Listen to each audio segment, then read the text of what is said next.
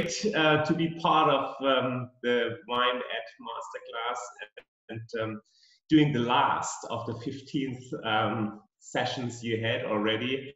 I'm not so familiar with the names now popping up, but it's great to have so many people joining me with the Masterclass, showing a bit more about German Sekt. It is kind of a category of German wine which is probably most unknown of all the categories we have. Why? We have in Germany quite a big range of Sekt, from high class to low priced sparkling wines. They call it also Sekt, I won't. But the fact is the market is really driven by more than 95% of the cheap category, which is more industrial product, which is not really going into the focus of people who really love wine and look for quality and high-end stuff. And so the missing 1.5%, which are really made in a traditional way, is probably not in the focus, especially from the export market. I would like to share my screen now and guide you through a little bit of a presentation, introducing the company I'm working for, introducing myself again, so you know with who you're dealing with, and then giving you some more information about sparkling wine. I think Leona is then going and answering the chat or giving me at the end of the presentation the questions you have, and then we're answering the questions then at the end, and hopefully you know a bit more about sparkling wine from Germany, which is called, of course, Sekt. Screen. So you all hopefully see now the screen, the WineEd Sekt Masterclass. You see, I'm from Schloss Vaux. Schloss Vaux is one of the biggest producer for 100% sparkling wine made in a traditional method. That's very important. You have a lot of producer using the tank fermentation, the chamat fermentation, but we are focusing 100% on traditional method. We're doing in this way about 400,000 bottles. So you see, even being the biggest producer in the traditional method, you are still quite a small company with 400,000 bottles production a year, and 16 people are working for this 400,000 bottles. About 35% we are planting on our own land, and the rest we're buying as grape or as juice from partners we have in the Rheingau area where we are located, but also in Pfalz, Rheinhessen and Nahe. The partners we have are in some 6 people, 6 growers, 6 smaller growers. We're dealing with these guys very close, high responsibility on what they do. We love what they do, and we go with them through the whole vegetation period, from the flowering till the harvesting. We talk yield management, soil management, leaf management. That's all the things we deal together with the partners we have. We were founded, and this is quite a necessary information for Schloss. Well, we were founded in Berlin, 1868. It was the golden time for sparkling wine, for champagne in Germany, and especially in Berlin was a hotspot for champagne. After foundation, the estate, we moved to Metz. Close to Metz, there's a small village, it's called Vaux.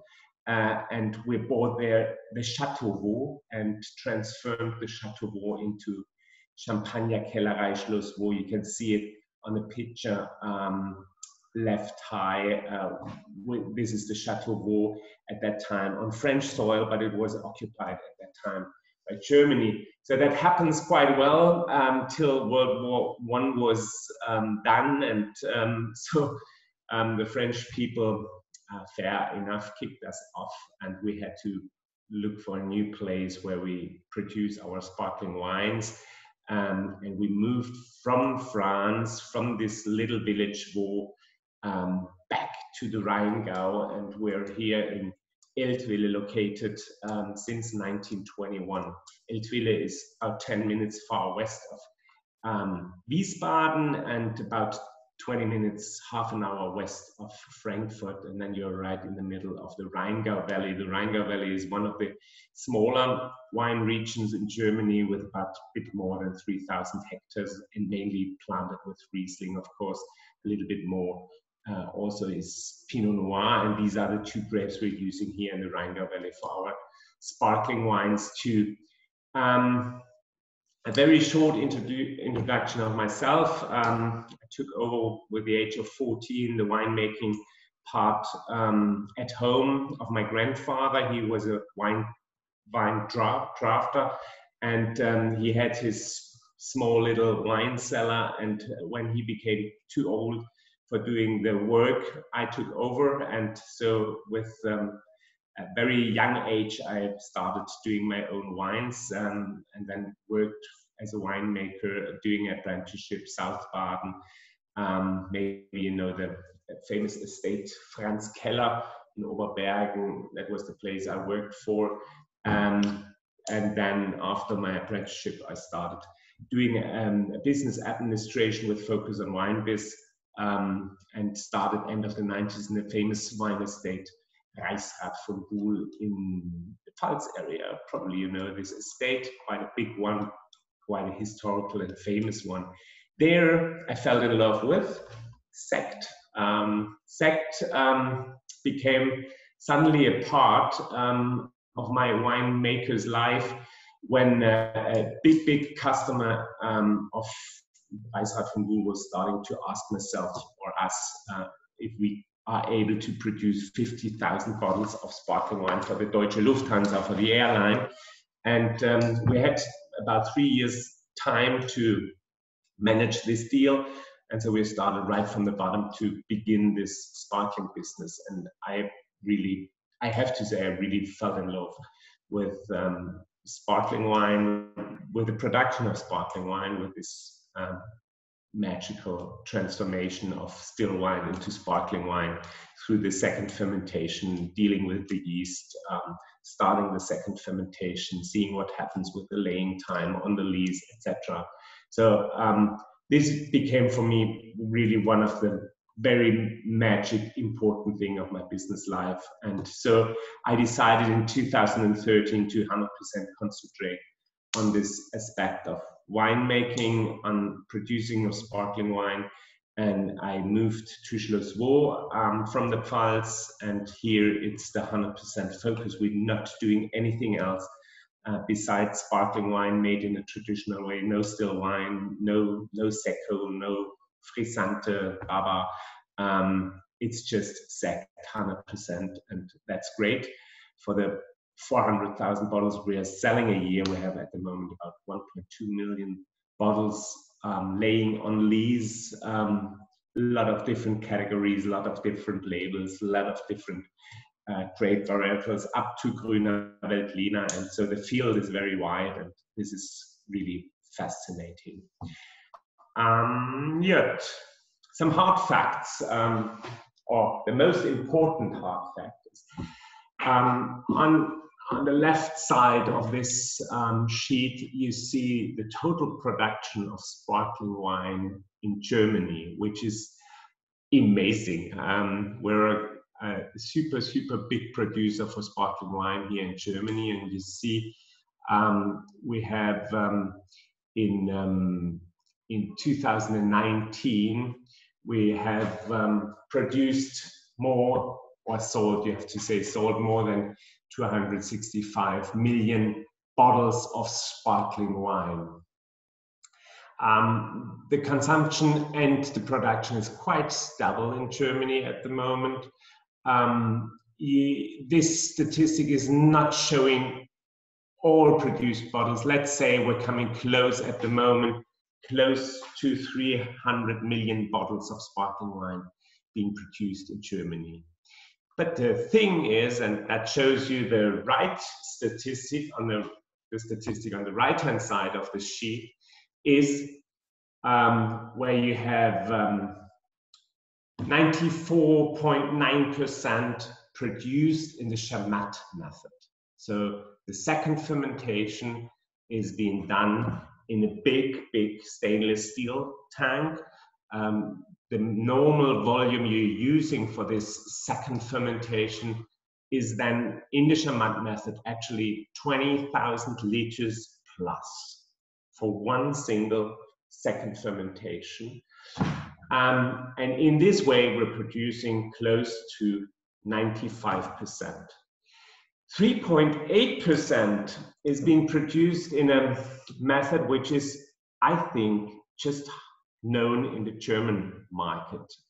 It's called the Transvasier method, which is a method where you do the second fermentation. I'm coming closer to these methods later on. You do the second fermentation in the bottle, but then you filter out of the bottle the sparkling wine and fill it back into a new bottle. Sounds quite stupid because it's quite complex, technical, very complex, but in a high volume, the cost will be balanced out. But the positive for marketing, the positive aspect is you can call it still bottle fermented, not traditional bottle fermentation, but bottle fermentation. And some brands in Germany are using this. I think this is quite a problem that it is allowed to call it bottle fermentation. And that's the reason why I'm writing on this sheet, we are mostly not existing. Just 1.3% is being made in this statistic. Probably it's going to 1.5 to 1.8 in the total statistic. Just 1.3% of all sparkling wines produced in Germany is going through the traditional method. Price-wise, is it a problem? Because worldwide, I think Germany has the lowest price level for sparkling wine. For example, when you go into a supermarket in Germany and you buy a brand, which is, for example, Rotkäppchen or Henkel, you are able, in a promotion, to buy a bottle of sparkling wine with the name Sekt on it, with a price of €2.48. This is a classical promotion price for the lowest price segment of sparkling wine with the name Sekt. We're dealing with the same word in a totally different price category. The lowest price, for example, for Schloss Vaux is actually €13, and everything else goes up to close to €50, our sparkling wine. So we call it the same, and inside is something totally different, and the consumer has big problems to see the difference.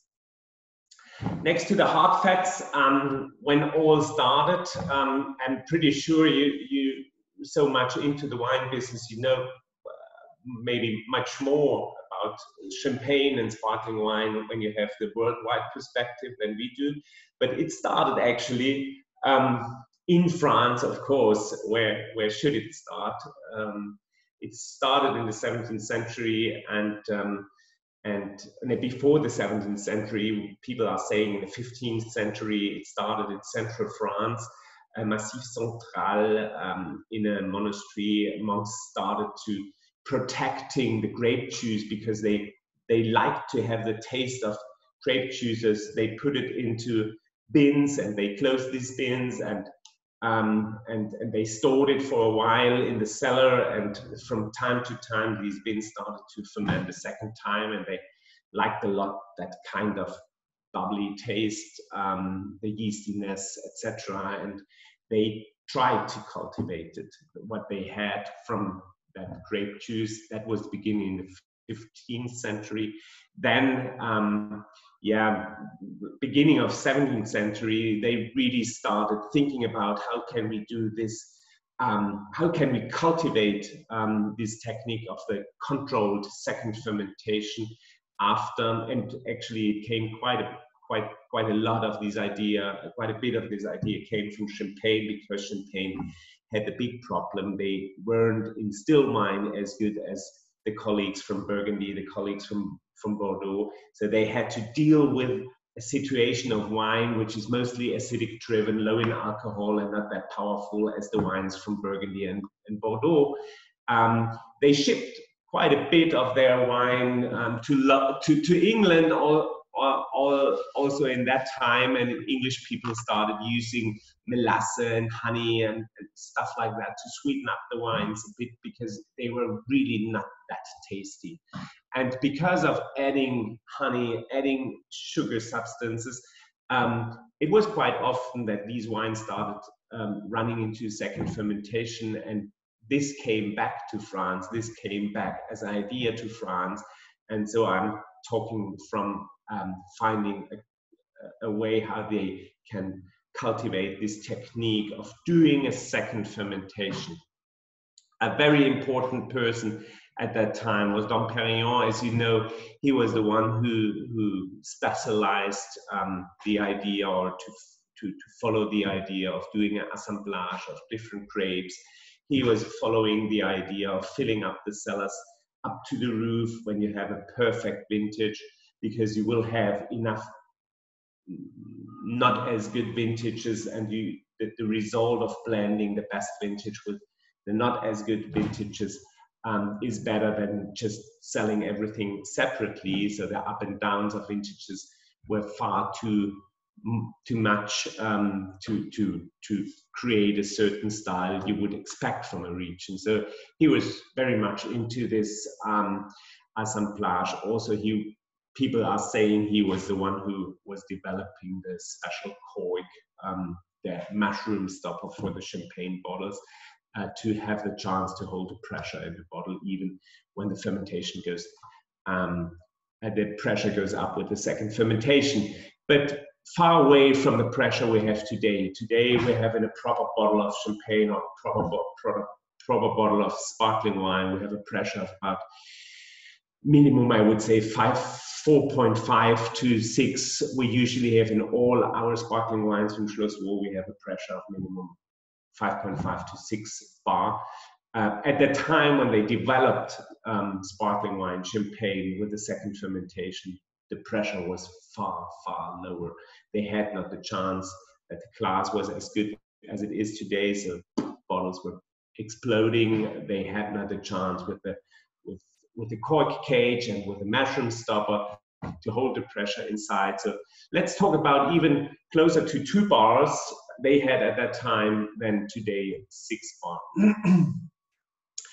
The good thing was Reims itself was a very industrial town, and not from Champagne at that time, much more from textile. They produced a lot of textile things, and so a lot of export, import, people coming to Reims from all over the world. And so many Germans were coming to Reims at that time as well. And some of them stayed, and some of them became winemakers, worked at the wine cellars, worked for the champagne companies. Now more and more were developed at that time. And usually, as it is, from time to time, people came back to their hometown and bringing back the idea of producing sparkling wine or producing champagne. And so you could say about 1826, the first champagne house was founded in Essling. Essling is a bit south of Stuttgart. And the first company was, the name of the first champagne house in Germany is Kessler Sekt, close to Stuttgart, still existing. And then just about 40 years later, Schloss Vaux was founded, first in Berlin, then in Metz, and then back in Eltville. Yeah, some more, another very important aspect. When you look for this golden time of Champagne, the end of the 19th century, beginning of the 20th century, you really have to accept Germany and Champagne. They were the big players of doing sparkling wine, doing champagne. they were really in a hard competition for this market, for these shares, especially because of especially Germany was a very big market for both of them for selling the champagne. When World War I was lost by Germany, it was a very important aspect for French people to write into the contract of Versailles that Germany has no chance to use the word champagne anymore as region, even when the wines would come from Champagne, as method, etc. So since 1919, it is forbidden to say it's champagne for a German sparkling wine. So since that time, till 1925, Germany was looking for a new word, and the new word was then established in 1925, which is Sekt. And Sekt is actually coming from the word Shakespeare. Shakespeare was the reason for this word, which is a nice little story happening in Berlin, in the theater of Berlin, where they played Shakespeare. And one actor, his name was Monsieur Devrient, he was playing the Falstaff. And in a certain part of this Falstaff, he had to say, Garçon, bring me some Sekt. And he was thinking of Sekt, which is a dry, very primitive, dry Spanish wine, which he was just trying to drink at the evening. But the waiter brought him some champagne because this actor, Devrient, was drinking champagne more or less all day long.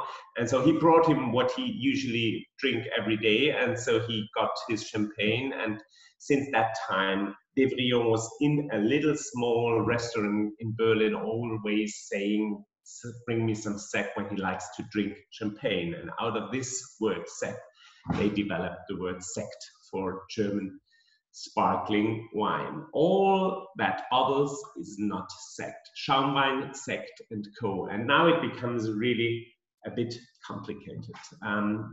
This actually makes us life really hard. Also in Germany, I have to say, this is also for the German consumer quite complicated to understand, and that there are so many differences in the meaning of Sekt. Most of the German consumers would not really know, and that makes it hard to make the difference between the different qualities you can get with the name Sekt.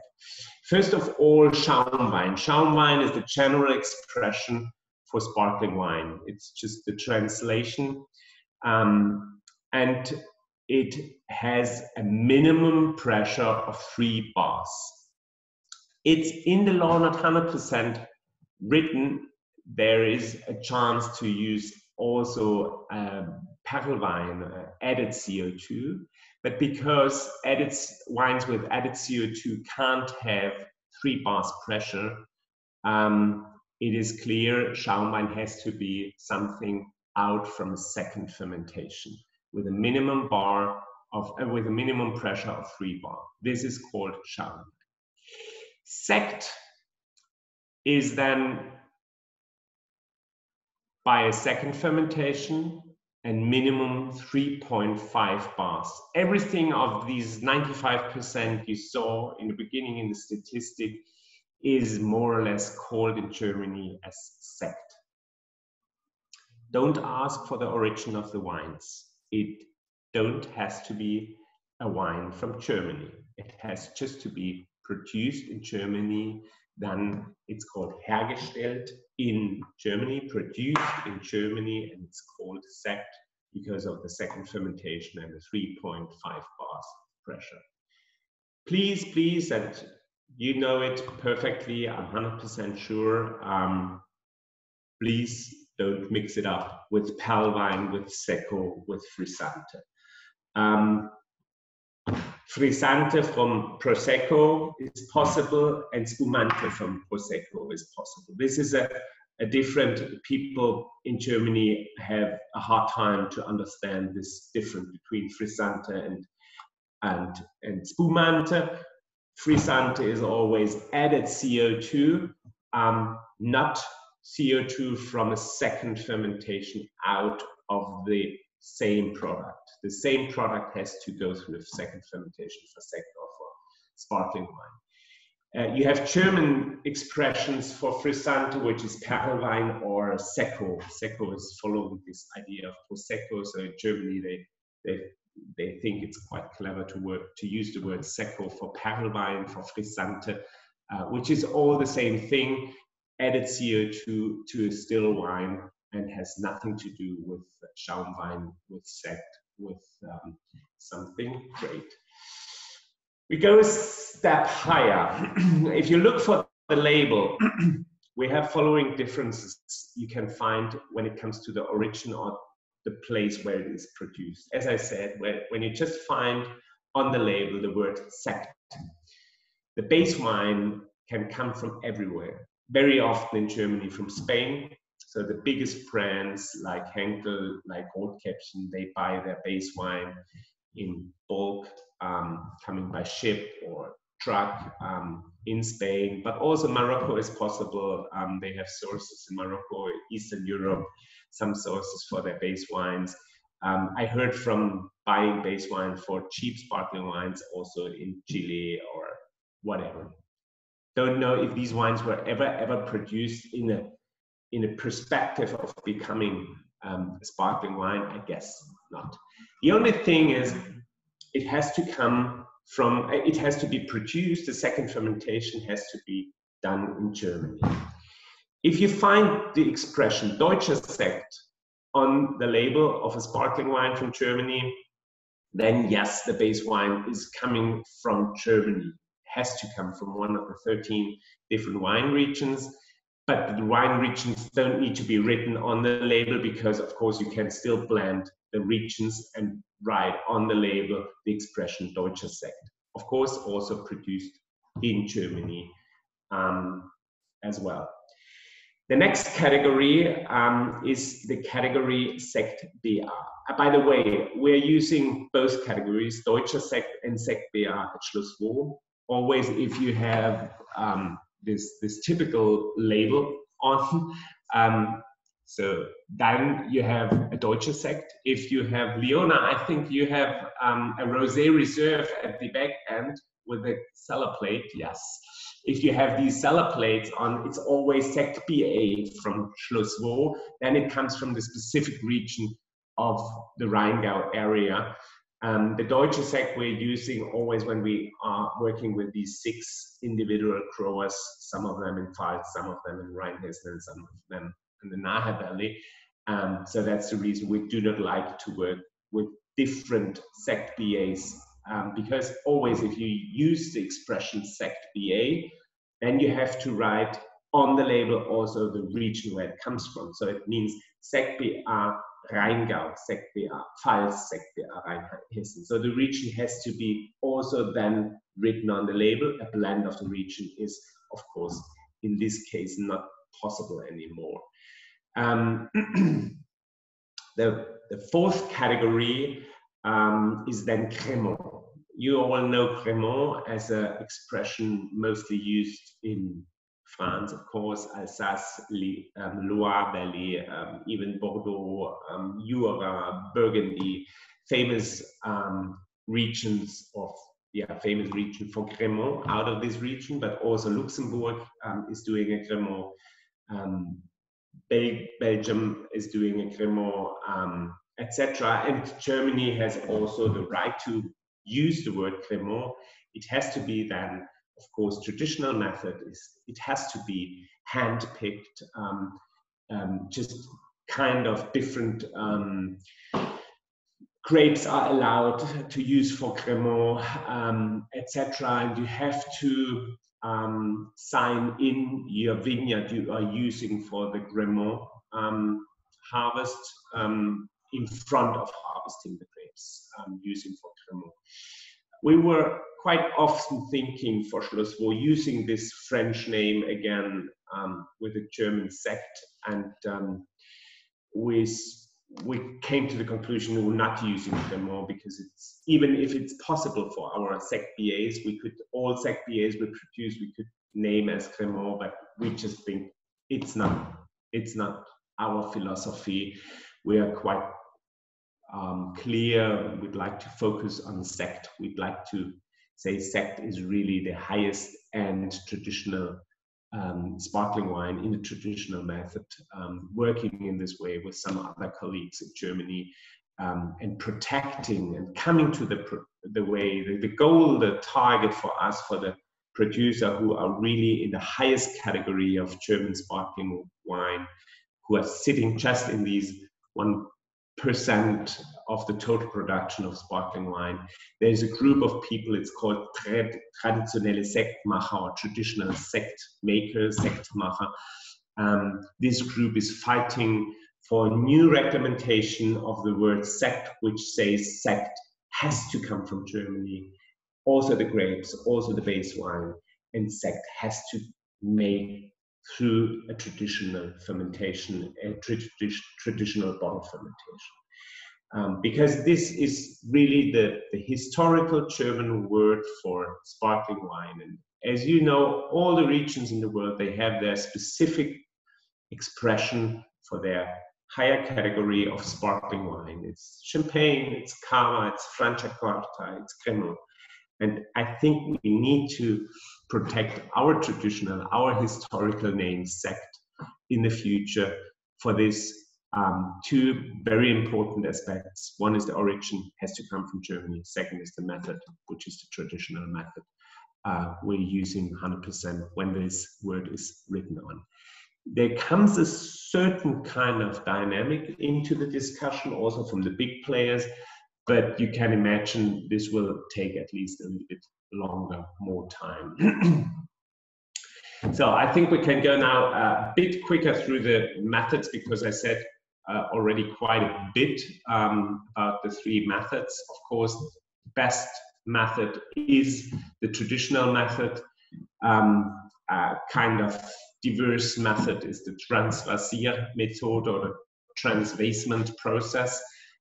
We'll show you some pictures to the methods very soon. And then the Chamat method, which is then the second fermentation in stainless steel. For everyone who hasn't seen it, it is here the traditional method. On number one, you see the filling. We call the filling the tirage.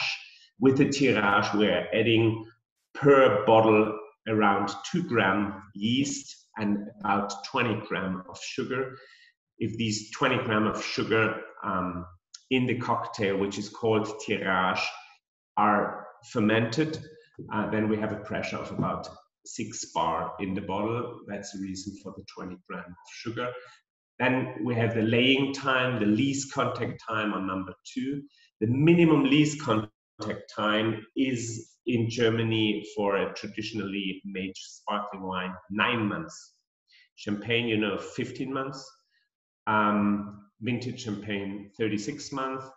When you have already seen our Cuvée Vaux, we are not going with less than 24 months from the Cuvée, from the lease for the Cuvée Vaux for our entry level.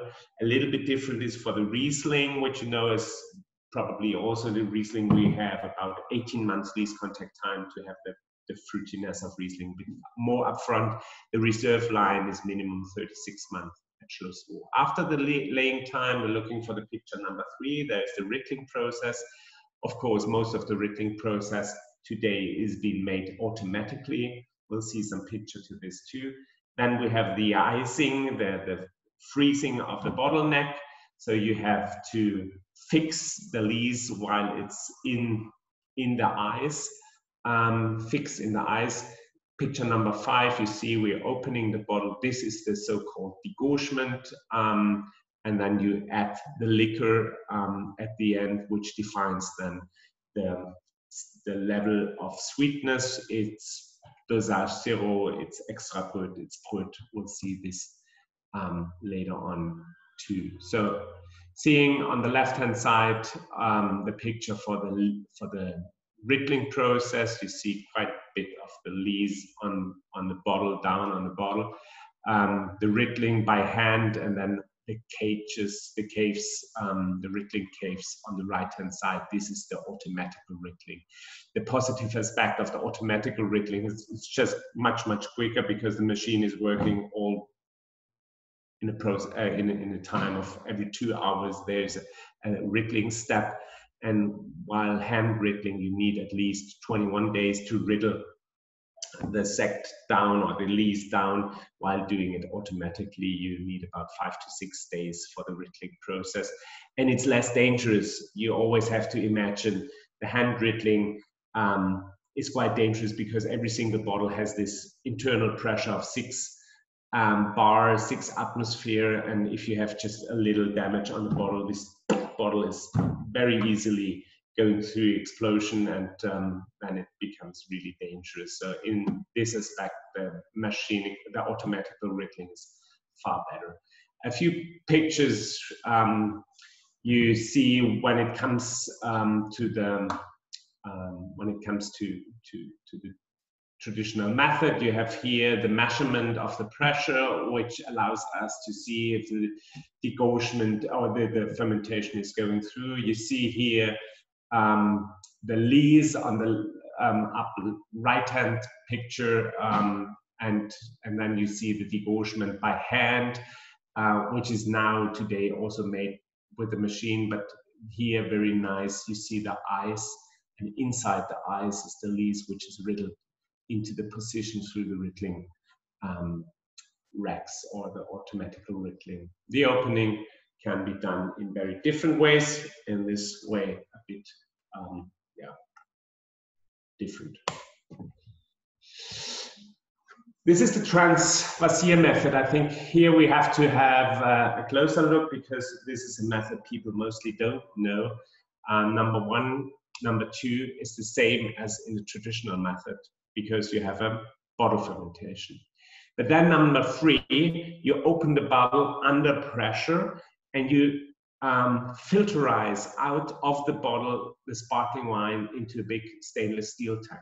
Another positive, or a positive aspect of this method is you uniform the sparkling wine while bringing all bottles together in one big stainless steel. If you have a traditional method, it's always a different bottle. Every single bottle from one single sparkling wine, let's say from one Schloss Vaux Riesling, every single bottle is slightly different, because the fermentation and the laying process is done in one bottle, and no uniformation while doing it and blending it back into the big stainless steel. So you have some slightly up and downs from bottle to bottle. This is traditional, this is natural, this is the old way of producing a sparkling wine. If you have the transvasier method, you bring all bottles back into stainless steel, you blend them, and you filter out of this big stainless steel back into a fresh bottle, sometimes in the same, sometimes into a fresh bottle. As I said, technical wise, quite complex, because of these emptying the bottle under pressure, going through a filter system under pressure, hold the pressure in the stainless steel, big tank for blending, and then filling back under pressure into the sparkling wine. And it's absolutely forbidden. I'm not sure if it's always done, but it's absolutely forbidden while this process to add any external CO2. So everything you lose, it's gone. You can't blow them up again. So this is complex, but it is that positive for the people who are using it to use the word bottle fermentation, that they still go this quite complex way. The Chamat method, I think, or I'm pretty sure you know this. You have your still wine, you bring the still wine into a pressure tank, stainless steel pressure tank system for the second fermentation, which is here, the picture number 2. You have a laying time on this lees in the second fermentation, also in the stainless steel, of minimum 3 months. And then you filter out of this pressure tank system in picture number 4 into picture number 5, blending again everything, putting the dosage inside and then filling into the bottle. So this is non-bottle fermentation. This is in Germany called Tankgärung, and it's a method for the industrial produced sparkling wines. And it's also sensoric wise, I think, and which you can see quite good what happens in Prosecco, for example. Prosecco, they use also 95% and probably more Chamat method for a classical Prosecco spumante. Prosecco is really focusing the primary fruit of the product. They're not looking for autolytical aromas. They're not looking for lots of yeastiness. They're not looking for lots of complexity coming through the least contact time. What they look for is the primary fruit, the fruitiness, the liveliness, the lightness of the product. And looking for this for this style of sparkling wine, I would say the Chamat method is not really a bad method. It is just a different method to focus on different characteristics of the final product. And if you'd like to have something fruit-driven like Prosecco or an easy drinking German sparkling wine, Chamat method is fair enough, a great method to go for, but has nothing to do with the classical way of what you expect from Champagne, what you expect from Franciacorta, what you expect from a traditionally fermented German Sekt. Good. Some more facts, but I think we were talking already about most of these words I've written on the left-hand side. We do have the base wine, which is the start of everything, and tell you nothing you don't know. The base wine is all about the quality. You can't use a bad quality. Usually you can't use a bad quality and transform it into something great.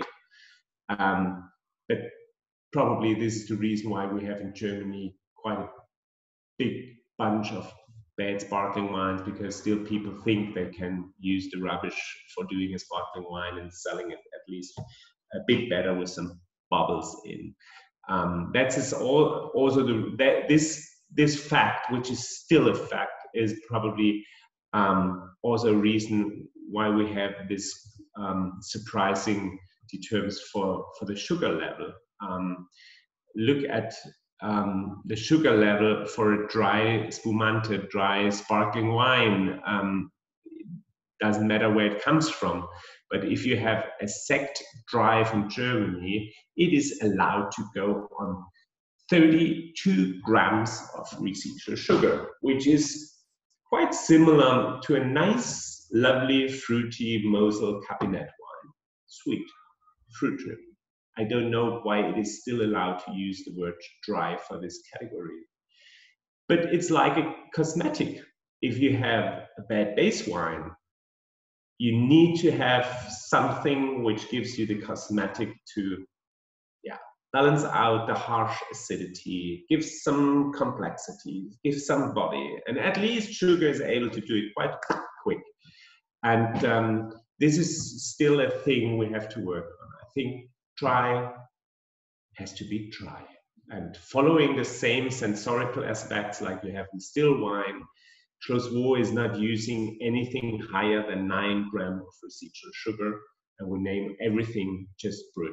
Brut is, in our opinion, the right expression for our sparkling wines, but we're not going like it is allowed here to 12 grams. Actually, realistically, it's going to 15 grams because we have a possibility to have, because every bottle ferments different. If we would have a bottle with 15 grams of residual sugar, we still could write on Brut, because the law says 12 plus 3. So which is also saying for the dry 32 plus 3 for the final sugar in a sparkling wine. Good. Okay. Base wine, I've said, assemblage is the blending of the wines you use up front, the second fermentation. We also do assemblage when it comes, for example, for Rheingau Riesling Reserve, which is just one wine from one vintage, from one grape. But because of there's so many different picking days we have for these reserve wines, we have at the end of the harvesting of one vintage, we have about 25 to 30 different casks laying in our cellar. And these 25 to 30 gives us the chance to blend whatever fits into the puzzle we need for the reserve line. At the end, probably 20, 22 casks we're using for this blend. And what we're not using is going into another blend, for example, into the Vaux Riesling. Or we hold it as reserve wine for the next year. We'll see. So every sparkling wine is blended or has an assemblage. Tirage is the starter cocktail for the second fermentation. As I said, it's a mix of 2 gram yeast and 20 gram sugar in wine, which starts first the fermentation in a bucket of probably 5 liters. Then we add this bucket into the next stadium into 10 liter or 50 liter. And so we try to give this fermenting tirage more and more volume till it comes to the point when we put it into the base wine, into the final base wine, which we're going to fill then the other day. So the yeast can start fermenting overnight in the stainless steel. And then we fill it into the bottle and make the chrome cork on top. And so that the fermentation can go through in the bottle. The Graf or cork cage, we said, and then the different dosages, as I said, Brut Nature is going up to 3 grams per liter, natural sugar, nothing is allowed to add, but still you can have a little bit rest of residual sugar into the bottle, so it's up to 3 grams. Extra Brut is up to 6 grams, Most of the volume we are producing is in this category between 5 and 6 grams of residual sugar. Brut from 0 to 12. Extra dry is also something typical German. Is developed by Henkel, by the company Henkel, and became way into the law. So between 12 and 17 grams, most of the consumer would say if there is extra dry written on the label, it's probably the driest product you can find. Another irritation for the consumer. 17 to 32 grams of residual sugar in dry sparkling wines, and again, it's not limited on Germany. It's also the categories for champagne, categories for Prosecco, Cava, etc. Semi-dry is then up to 50, and mild is going over 50 grams of residual sugar, which is more sugar inside than actual something else. A few rest comments head up while storing sparkling wine. I'm a big fan of this. The cork will be damaged by laying the bottle down for storage. So head up is better for the cork, and as more vital the cork is, as better the cork holds over a long time, the pressure inside. I gave you all the information about BA, Sekt BA. This is the category when the sparkling wine is coming from specific regions. Again, the originator of the term Sekt is Shakespeare himself by his figure of Falstaff. The traditional Sektmacher with their mission Sekt is traditional method and 100% grapes from Germany. We're fighting for. And how to open a bottle, the sword, the easiest way, the quickest way.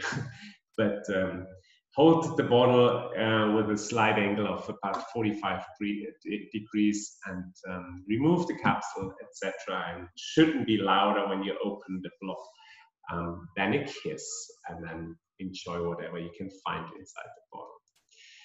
So, 52 minutes. Leona gave me 45 minutes for the presentation. Not bad, very good. Thank you so much, Christophe. It was really, really clear explained. And I think we've got a few questions here. So let's start with the first one. what is the difference in style between Sekt and Crémant Alsace in terms of the Riesling? Is there a dramatic difference, or? Yeah, this now is the question in terms of what, when you say Sekt, you should really look for traditionally made Sekt from Germany and Crémant from Alsace. In general, we have lots and lots of different profiles of German Sekt. This is probably also kind of a problem how to promote German sparkling wine. When you look for us, we have a quite traditional profile of our sparkling wines, and doing mainly Pinot Noir and mainly Riesling. When you now would look for Riesling sparkling wine, traditionally made, and a Crémant from Alsace, I would say Riesling is slightly more elegant, is a bit more fruit driven, has a bit less leasiness and a bit less body, as you probably expect from a Crémant from Alsace. But also we have colleagues in Germany, they go quite a bit into the Champagne direction, and they work unbelievable high in the aromatic of autolytical style. You have lots of yeastiness, you have quite a bit of oxidation, you have yeah, it's hard really to give you here a guideline what is the difference between Crémant Alsace and German Sekt, because there are far too many different styles in Germany at the moment existing. Yeah, okay. Thank you. So there's another question, and so some producer avoid lees agent for Riesling to retain fresh primary aroma of Riesling. And so the question is, in your opinion, does lees agents or autolysis, do they do any harm to the fruity characteristic for a Riesling Sekt? Again, that's what you try to look for, what kind of style you'd like to focus. When I'm talking about Chamat method, Tankgärung, you use a Riesling grape for this Tankgärung. Yes, I would say to follow the idea of Tankgärung, primary fruit, super light, fresh, fruit driven. I would say Chamat method is great because you have really the focus on the Riesling fruit in a light and in a fresh way, in a primary fruit way. But Riesling is not just Riesling. Riesling has all these different faces. You can have Riesling as still wine fermented in oak. You can have Riesling as still wine coming from stainless steel. You can have a great terroir as, for example, Pechstein vineyard in Vaux, which is mineral driven, and it's not showing anything of primary fruit, which is very different. Let's say the same thing you can have when it comes to Riesling sparkling wine made in a traditional way with a long lees contact time. But then you have not just the fruit. You still have fruit, of course, because fruit is so dominant in Riesling. It will shine through all the time. One of our highest prestigious product is Marcobrunn. Marcobrunn is a vineyard here in the Rheingau area, super opulent in terms of exotic fruit, yellow fruit, powerful fruit. We have there a laying time of at least 48 months of lees. We have mostly no sulfur given to this sparkling wine, and still it's an opulent Riesling type. Every one of you would say, oh, Riesling, isn't it? Yes, it is Riesling, but by the way, there's a very nice creaminess coming from the lees, coming from the oak we use, coming from the minimum of sulfur we're using to add just different layers. The question is, what kind of Riesling allows to add this? And then we come back to the base wine. The base wine has to be great and perfectly made for allowing more lees contact time and allowing less sulfur. Then you have the body enough to carry both sides, the fruit, the Riesling fruit, and the autolytical side, and suddenly you have much more complexity. If you don't have this body for base wine, I would recommend we're not able to, but then I would recommend, if the wine is quite simple, go for Chamat method and focus on the primary fruit. I think it's much, much better. Okay, thank you. And so there's a question about transfer method. So for example, large bottles like Jeroboam and small bottles Piccolo, they are usually in France. It's said here, hiring transfer method, hiring transfer method in France. So how about in Germany? Can you hire the transfer method machines to go to your winery to do the large bottle and small bottles? No, we're not doing Piccolo at all. If we would have a production of Piccolo, yes, we probably would do, because Piccolo, it's learned, it's not traditional method. But when we go for Jeroboam, when we go for bigger formats, then we would always go not into the transfer method. We would degauche the normal bottle and fill under pressure into the bigger format, because then you still are able to use the expression traditional fermentation, because you need to end the process with the degauchement. And when you do the transfer method, you're not ending the process with the degauchement, you are opening and filtering the product, and then it's not traditional method anymore. I'm still not 100% sure if the transfer method I was showing you on the picture is the method which is used in Champagne for the bigger formats, or the way we are doing it usually. I would guess it's the way we do it. So degauchement and filling into the bigger formats under pressure. Okay, thank you. So last question. So it's very well known that Germans love sparkling wine. So, you know, there's one, I think the top 2 or top 1 in the world. Is there any reason why Germans drink so much sparkling wines? We are partying people. Maybe people abroad don't see us in a way of partying people, but we can party quite good. Don't know actually. Well, the consumption I think is close to 5 liters at the moment, 5.2 liters something. So that's really high. I think actually really the highest consumption of sparkling wine.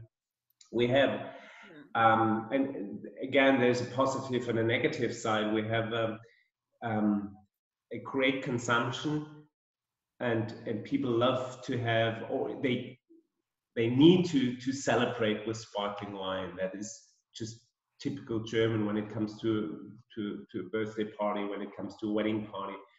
But I think that's a fact all over the world. Mostly they have their aperitif as sparkling wine. My wish is, when we are able to give people more chances to see the differences we have in sparkling wine. I'm not just talking about German sparkling wines in a higher category. I love this stuff from England. I'm making holiday in Franciacorta because the region and the sparkling wine is so absolutely famous and great. I travel to Champagne 1-2 times a year. There are so many great sparkling wines in the world. It's not fair just to stay on the aperitif side. I wish as more people know about these kind of different qualities, as more they are able to find other occasions to use these sparkling wines. Think about the great thing, matching food with sparkling wine is something super exciting. Think about cheese and sparkling wine, a matured cheese from the Alps, like Comté or like a Gruyere, something like this, with a powerful sparkling wine from a mineral-driven grape, like Riesling, of course, is a fantastic combination. Oysters and sparkling, of course, this is learned, and. So I wish we can change the consumption a little bit, not just partying, not just celebration, also a bit more the food pairing aspect. Yeah. Okay, so thank you so much. I think that's all the questions I've received, and thank you for your time, Christophe. And for everyone who's joining us, you know that we will send you all the recordings, and then we will also send you the some of the very nice videos from Schloss that Christophe produced. So everything will be there. And for anyone who's based in UK, and if you wanted to try some, Sekt, premium Sekt from Vaux, then you can go to Jessica's Wine Merchant. So everything is there, and they are fantastic. And so thank you very, very much, everyone. And then I hope you enjoy the summer, and then stay safe, stay well, and see you very soon, hopefully. Okay, bye, everyone. Thanks a lot. Thank you very much. It was a great time having with you guys. Bye. Thank you. Bye.